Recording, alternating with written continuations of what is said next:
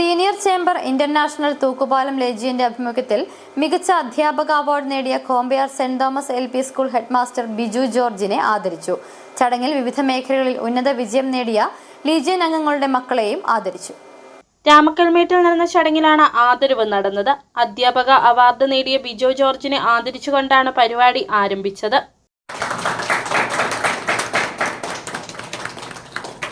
ഒരു ചെറിയ കൂട്ടായ്മയാണ്.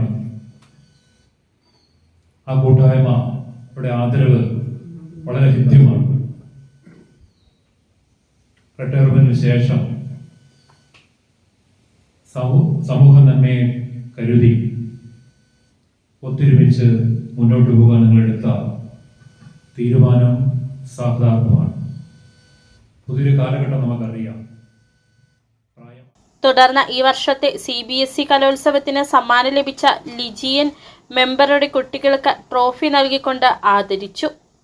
എക്സ് സർവീസ് ലീഗ് ഇടുക്കി ജില്ലാ പ്രസിഡന്റ് സ്ഥാനം ലഭിച്ച ലീജിയൻ സെക്രട്ടറി ഉണ്ണികൃഷ്ണൻ നായർക്കും യോഗം അനുമോദനം നൽകി.